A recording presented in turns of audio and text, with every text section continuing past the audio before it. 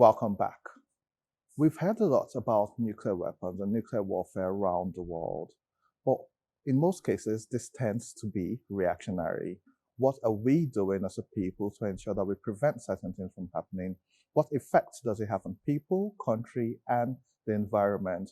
In recent time, all over the news, we've heard about escalations between different countries based on the conversation, nuclear weapons or nuclear warfare. What do we really know about this? And how does this affect the average Nigerian and African? Interestingly, we will be having an exclusive interview with the Executive Secretary of the Comprehensive Nuclear Test Ban Treaty Organization, Robert Floyd. Welcome to the Weekend Show. Andy, thank you very much. You know, it's interesting when I hear people talk about nuclear testing.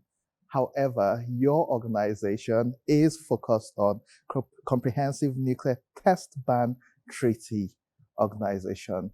What is this treaty about, and why is it more on banning tests of nuclear?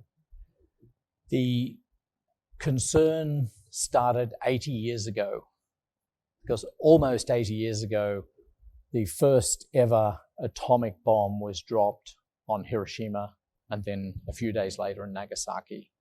And at that point, there was probably the greatest, almost instantaneous loss of human life at human hands. And the leaders of the world decided, we don't want to see this ever happen again. But it took quite a while to get together the agreement on treaties and commitments that countries would make to try and stop this indiscriminate loss of life happening. A ban on testing of a nuclear explosive device stops any country from being able to develop a nuclear weapon. A fundamental step in developing a nuclear weapon is you need to test it.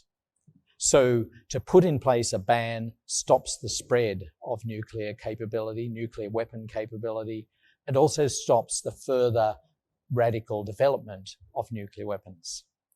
So the technical and scientific people, it took them decades to be able to come up with a system of monitoring stations that could be established around the world to give us absolute confidence that every country would know, is anybody testing a nuclear weapon? That is what my organization has in place today, is over 300 monitoring stations, picking up vibrations in the Earth's crust, sounds in the atmosphere, vibrations in the ocean, or radioactive material, particles and gases in the atmosphere, the telltale signs of a nuclear test explosion. And we are confident that we can detect a nuclear test explosion on any square kilometer of the face of this planet, on the land or the sea. That gives great confidence that we will know if somebody is seeking to develop a nuclear weapon. The nations of the world, including Nigeria, will know because you are a valued partner in our organization. Speaking from a sociological angle, where good exists, bad also exists. And in most cases, you find out that, like when there was the restriction on alcohol in the early 19th century, you find out that it becomes a viable business opportunity for people. When we talk about nuclear test bans, don't you think that this encourages the people engaged in this testing to carry it out in more covert fashion, as opposed to coming to you say, hey, we need a justification to be able to test this because we want to protect ourselves? Yeah. It's interesting that the concept of covert testing has been essentially made impossible by our monitoring system. Is that just back to the Hiroshima example, the size of the explosion in Hiroshima, it's measured in the equivalent of TNT, of chemical explosives, and it was 15,000 tons of TNT equivalent. That's a huge amount of TNT, 15 kilotons. Our network was designed not to detect something that big, but way, way, way smaller, down to the point of 1 kiloton. And in fact, we now could detect any nuclear explosion down at 0.5 kiloton magnitude. So nobody can actually do it in secret. Is if you're going to test a nuclear weapon, it will be more than 0.5 kiloton. And that will be detected. And so you can't do it in the shadows of darkness. We will be putting the light onto any test anywhere. Covert, in our case, is not really possible. So this brings us to the question about recent events in the world. And some would argue that Israel, Netanyahu, since the late 80s, has spoken about countries like Iran building nuclear capabilities and capacity. As opposed to carrying out attacks on such countries, do the countries and countries who are parties to the treaty, do they defer to your organization before escalations, or it doesn't stop world leaders from taking decisions on their own around nuclear facilities being developed in some countries? The situation in the Middle East has certainly been a tragic loss of life, in various states. Our role at a time like that over the last month is our monitoring stations are active 24 hours a day, 7 days a week to detect if there is a nuclear explosion which has taken place, or any of the weapons used actually nuclear weapons. And it's very clear that was not the case, that they were more conventional explosive devices. So, it's important for the countries of the world to know that no nuclear weapons were used in that battle. But Andy, if I might, let me tell you another story that comes from the Iran situation. And this was way back in October last year. In the 5th of October, there were a couple of small seismic events, small earthquakes in northern Iran. And our system detected them and said they're just earthquakes, not particularly interested. But social media had a different idea. And in social media, there were people claiming these are nuclear test explosions conducted by Iran. And there are other people in social media saying, no, it's just an earthquake. And there was all of this backwards and forwards, misinformation, even disinformation taking place, and at such a frenzied level, and even picked up by some more traditional media.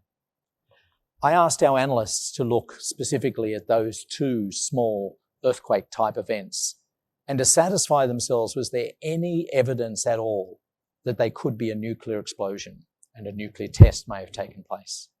And after their careful analysis and drawing in data from all around the world, including monitoring stations in the continent of Africa, they concluded that there is no evidence that these are anything other than just natural earthquakes, natural seismic events. We put that information back out into social media, and other people grabbed it and they reposted it, and that frenzy of activity in social media just died. And we were really encouraged by that when others were reposting our message, they were saying the impartial, independent experts have spoken. It is natural.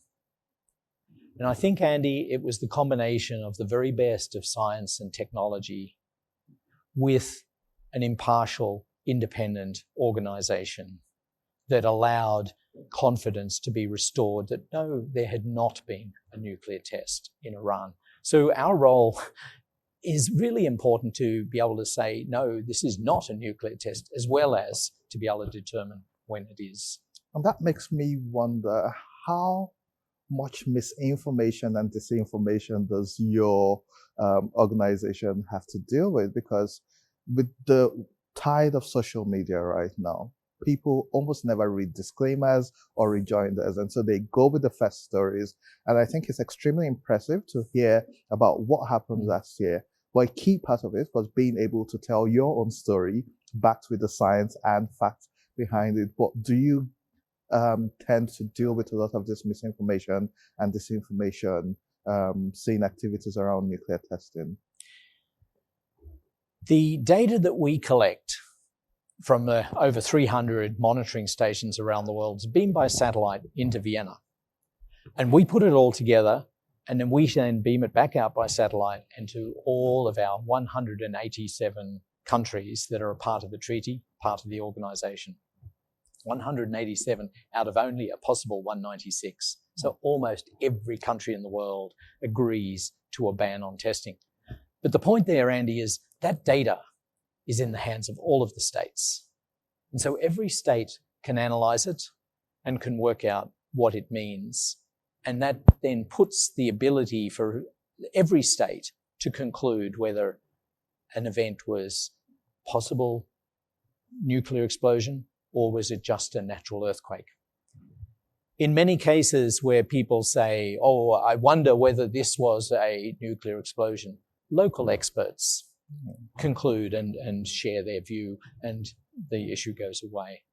So no, we don't go chasing every piece of misinformation, because it's actually the global family that is in the CBTBO that's involved in this, and excellent analysts all around the world. And I met some of the technical people here in the Nigerian Atomic Energy Commission this week, people that are running the National Data Center, the place that's receiving all of that data from all of our stations, and being able to analyze it and work with it. It was a pleasure to meet them this week, and to thank them for their service and their work towards a more secure and safe world. I can imagine. You've actually segued into my next question. Why is Robert Floyd the Executive Secretary of the Comprehensive Nuclear Test Ban Treaty Organization in Nigeria? It is a huge pleasure to be in Nigeria, I can assure you. But why I'm here is a number of reasons. One is to say thank you to Nigeria. Because right back in 1996, when this treaty was coming into being, it was Nigerian leadership that was helping bring it to the point where the text would be agreed and open for signature. Nigeria has been a strong supporter of a world without nuclear tests all the way along, and is a strong supporter for a world where nuclear weapon proliferation spread would not happen, and ultimately nuclear weapon disarmament, the elimination of such weapons, would happen. And it's great to meet with your leadership. And I met with the Vice President this week, and a very memorable conversation. And the Vice President was reflecting, and he's saying, in a nuclear war, it is a lose-lose situation for all parties. Nobody wins in a nuclear war. Your Vice President is so right. And I'm just so glad to hear that clear articulation of the importance of the work we do and the rest of the global architecture that stops the spread of nuclear weapons. So here to say thank you to Nigeria for leadership in the continent, but also internationally, broadly. Here to say thank you to the technical people that work as a part of our global network of national data centers, and to see how our cooperation works and to take it even to higher levels of cooperation. We do capacity building and training in all of the nations that are a part of our treaty so that they can better analyze and interpret this data for not just detecting a nuclear test explosion, but they use the data for monitoring natural disasters, earthquakes, tsunamis, even volcanoes in different parts of the world. And that is all allowed within the treaty, is that the data can be used for civil and scientific purposes. So these are the reasons that I'm here. I will also be conducting a public lecture on the importance of these issues before I leave Nigeria. I think that's very interesting. But watching this, Nigerians at home will recall that in the last couple of weeks, with escalations between Israel and Iran, and also with the US tied into it, we watched on TV while we saw buildings shaking in Qatar, in Doha. With what's going on right now, how safe are we in Africa, in Nigeria, seeing the escalations which we've seen over the last couple of weeks? Do we have anything to be worried about or scared of? What I love about Africa, Andy, is that many years ago, the countries of African continent came together and said they wanted to establish a nuclear weapon-free zone in the whole of Africa. And they agreed the Treaty of Palindaba. And the whole of Africa is a nuclear weapon-free zone. So a continent without nuclear weapons is deeply in the heart of Africa. And so the work that we do for a world without nuclear weapons is deeply within the heart of Africa. A state that aligns with our treaty does not make itself a target. It joins with almost every country of the world that is a party to this treaty. A continent that makes a clear and strong stand against nuclear weapons doesn't make itself a target, but says no more, this should happen, and stands strongly together. In fact, the world that we would all aspire to is a world where the threat of possible use of nuclear weapons, the threat of possible further testing of nuclear weapons and development and spread of nuclear weapons was only read about in history rather than on the headlines of news bulletins. That is the world that we aspire to. That is the world the African continent aspires to. It's such a pleasure to be in a place where there is such strong support. And so when we see, given the recent Israeli-US strikes on Iran nuclear sites in Natanz, Fordow, how has the CBTBO monitoring network responded, and what challenges has your organization faced as a result of this? We don't have a direct role in that conflict. The question that I was asked by many of our member states was, is there any evidence that any of these weapons could have been nuclear weapons that were used? And many concerned states asked that question, and certainly there is no evidence that any nuclear weapon was used. I think that is a good thing, and may that continue. There is a huge global norm against testing and even against the use of nuclear weapons, and long may that continue. We are concerned in the current era that there are threats of use, threats of further testing, but to this point, nobody has done so, and we would love to see that continue. In fact, since the very first nuclear explosion in 1945, through to today, the longest gap between nuclear explosions from 1945 to now, 80 years, we're actually just about setting a new record. By the middle of January next year, if there has been no nuclear explosion, this will be the longest period without any nuclear test, any nuclear explosion in history. Interesting. So when we talk about the recent attacks, one of the concerns, and especially for someone like you have a PhD in population ecology. And so when we have attacks, be it nuclear or military attacks, what are the implications to the environment with the recent events which we've seen, even though it's not nuclear? How does this affect the environment, the economy, and even the Earth's surface in its own right? Because if we had nuclear facilities which were destroyed, would there be emissions? Would there be some form of chemical waste which could affect the environment?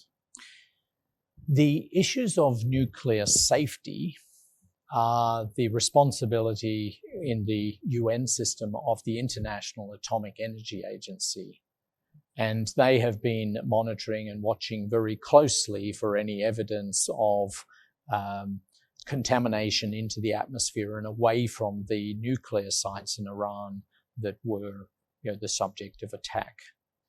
Our monitoring system has radionuclide stations scattered all around the world.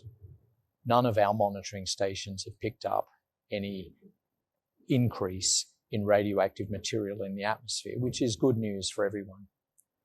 But if we go back to the beginning of the first use and the first testing in 1945 of a nuclear weapon, the reason the countries of the world were saying this should never happen again was several. One is the military reason and the indiscriminate nature of such a device. But the other is the potential of the huge environmental damage that can happen from a nuclear explosion. And that's very different to a nuclear facility being attacked, but a nuclear bomb and a nuclear explosion. The other is the human health impacts, with that material, that contamination that could spread. the continent of Africa has known nuclear tests on its territory. And I think that's probably why there is such a strong resonance in Africa that there should be a ban on testing, and for that never to happen again, anywhere, anytime. Yeah, because when you think Africa in past decades has been seen as a testing ground for a whole lot. It could be medical, it could be biological, it could be insecticides. Even in oil flaring, we still have communities where they've had health issues just because of oil tests and flaring and similar. And so this is something which obviously Africans are concerned with. And so it's extremely important that you put that to rest and speak about it. But in an era where we can't really control what the military of the world is doing, how much more do you think diplomacy could help in ensuring that we are now taking preventive steps to avoid nuclear attacks and nuclear warfare, as opposed to rash decisions being made without even the CBTB being involved or in the know, or even other organizations which should be aware? The role of diplomacy in ensuring that nuclear weapons are not used and nuclear testing does not take place is very significant. And because that is where countries agree together to limit what they might otherwise do. Diplomacy has taken us so far and will continue to take us forward to see the control, the limitation of nuclear weapons. And it is a very, very important aspect of what plays out globally. But in Vienna, where I'm based, that is where the International Atomic Energy Agency has its headquarters. The Comprehensive Nuclear Test Ban Treaty Organization has its headquarters. And diplomats from around the world are based there and are working really hard to see a world where there would be no further testing or use of nuclear weapons. Since our treaty was open for signature in 1996, it's been amazingly successful. Amazingly successful. Before September 1996, from 1945, over 2,000 nuclear tests took place. Over 2,000. As many as one a week at the peak of testing. But since September 1996 through to now, about 10 tests only. This century, by one state only, by North Korea. Interesting. So that is a powerful, powerful effect, establishing a global norm against testing. The reason it works is the hard work of scientists and technologists, the hard work of diplomats, of putting together a treaty with a monitoring system, which means that if any person, any country violated that norm against nuclear testing, every country would know. And that's where diplomacy, again, would have its role, and a very important role.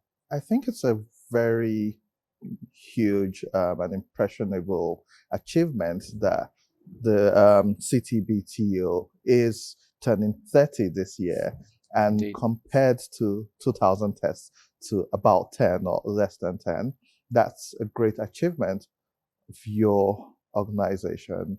However, we still have countries like North Korea and China. I watched an interview recently where the Chinese representative said they don't build these capabilities because they want to attack any other nation, that they want to have capacity and capabilities to protect themselves in the event of escalations or threats against them. How do we now deal with non-democratic societies in ensuring that nuclear test bans are enforced, that these treaties are enforced? The Comprehensive Nuclear Test Ban Treaty, turning 30, in the next year. Yeah. As I said, an amazing achievement, almost eliminating testing from the face of the planet. We do have, for the treaty to enter into force, into legal enforcement, there are 9 countries, specific countries, that have to ratify the treaty to make that happen. Fortunately, those countries, almost all of them, have committed to a moratorium on testing. So they have committed to not test. And that includes the United States, China, the Russian Federation, and a number of others. So although it has not become legally binding, it's a political decision to commit to a moratorium on testing. And the possessor states, with possible the exception of North Korea, have made such a commitment to non-testing. And that is the important issue. And if states politically make these commitments, because it actually is in their best interest, it's in everyone's best interest that nuclear weapons should not spread and come into the hands of more and more states. In fact, it's in everyone's best interest that ultimately nuclear weapons would be eliminated. Because, Andy, for as long as nuclear weapons exist, there remains a chance that they'll actually be used. And that is not a good outcome. 100% agree with you. So talking about Africa, a major part of what you do and what we need is capacity building, trainings, technical know-how, and tools. How has collaboration been between the organization and countries like Nigeria and Africa? Is there a level of support when it comes to tools and trainings, which the monitoring centers and data centers are all supported with, or is this a responsibility of the host nations? We have a significant activity in capacity building and training within the CBTBO, the organization that I have the amazing privilege to head. And the capacity building and training we do is to train people in 2 areas. One is to operate the monitoring stations that are in Africa, and there's more than 35 monitoring stations in Africa. And so we work on training people there so they can maintain high quality data collection and transmission, which is fundamental, to being able to protect the world as a whole. But we also then do training of the people in the national data centers. And we work on seeing national data centers established, providing hardware and software, and then the training of the people to be able to interact with the data, to be able to then analyze the data, to understand it, and to use that for civil and scientific purposes, as well as detecting as to whether there's any evidence of a nuclear explosion. I've got to say, Andy, it's a great pleasure to me when I see various people in Africa, but other parts of the world, that are using the skills that they have picked up by working with us to work on natural disaster management issues, seeing the protection of life of the citizens of their country. That kind of capacity building, making a difference, is a wonderful thing to see. We do it for our treaty. They apply it for other purposes, which it's wonderful to see that happen. We've spoken a lot about the organization and the treaty, but we largely believe in Nigeria that leadership matters, and that's a conversation we always have. So we're going to put the spotlight on you. Yeah, about wrapping up your first term as the executive secretary, and hopefully we'll get into second term. So 2 questions for you. What will you say have been your own achievements and successes in your first term, and what would you want your legacy to be at the completion of your tenure whenever you're done with this? Andy, at the end of this month, it'll be the end of my first term, my first 4-year term as Executive Secretary of the CBTBO. I feel incredibly honoured that the states have offered me a second term for another 4 years, commencing 1st of August this year. And I really appreciate the confidence that they have placed in me at a time such as this in history.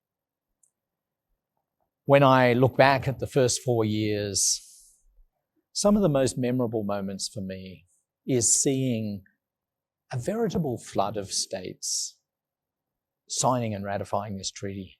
Because almost every state has already signed and ratified. But in the last 4 years, we've seen 9 countries ratified this treaty. One, Somalia has signed, yet to ratify. The whole of Africa is almost there. 52 of the 54 countries in Africa have all signed this, and 50 out of the 54 have all ratified this treaty. To see that and to celebrate that, West Africa, every country in West Africa now, is in full adherence to this treaty after the Gambia. They signed and ratified. Every country in Central Africa is now in full adherence to this treaty. Sao Tome and Principe, Equatorial Guinea, they signed and ratified. So celebrating with the regions of the world, every country in the whole of Latin America and the Caribbean is in full adherence to this treaty. It was such a celebration when Dominica signed and ratified a couple of years ago.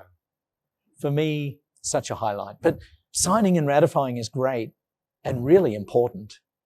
But we are very committed to make sure that every country that joins the CBTBO organization gets the full benefit of their membership. We're not just about trying to collect stamps in a book. We want to see the benefit and the real impact on the ground in each country. So visiting many countries in the Global South has been a wonderful privilege, and to work with them to see them building their training capability amongst their people so that they can get the full benefit. That's what I look back on. When I look forward, the legacy I want to leave is a treaty that is strong and well supported by the nations of the world. An organization which is delivering benefits to all of its members and delivering confidence to every state that is a party to this treaty that they will know whether a nuclear test has taken place or not, and in that way supporting the global norm against testing. I want to see that safe and well and strong. That would be the legacy that I long for. I think that's amazing. Just before we let you go, I'd like you to speak to world leaders and the continent of Africa. What's your charge to leaders in Africa, the world, and Africans around the work which your organization does, and to have a safer world? What do we need to do? It is my desire to African nations is to use your voice as you do. Use your voice to call for a world without nuclear tests, and ultimately a world without nuclear weapons. I am so encouraged when the smallest of states use their voice, because in our treaty, there's no classes of states of big versus small. Every state that is a signatory is equally valuable. And so to use that voice empowers the global norm against testing and reminds all states that we are here for a global benefit of a world without nuclear tests and a world ultimately without nuclear weapons. Africa, being so actively involved, has been a powerful voice, but every individual state also matters. So thank you so much for your support. Thank you. Robert Floyd is the Executive Secretary of the Comprehensive Nuclear Test Ban Treaty Organization. Robert, it's been a pleasure having a conversation with you. We will continue to monitor the activities of your organization, and we will also continue to hold you accountable for your efforts in trying to make sure the world is a better and safer space. Thank you so much. Thank you, Andy. A pleasure. We'll take a quick break. When we return, more for you. Thank you.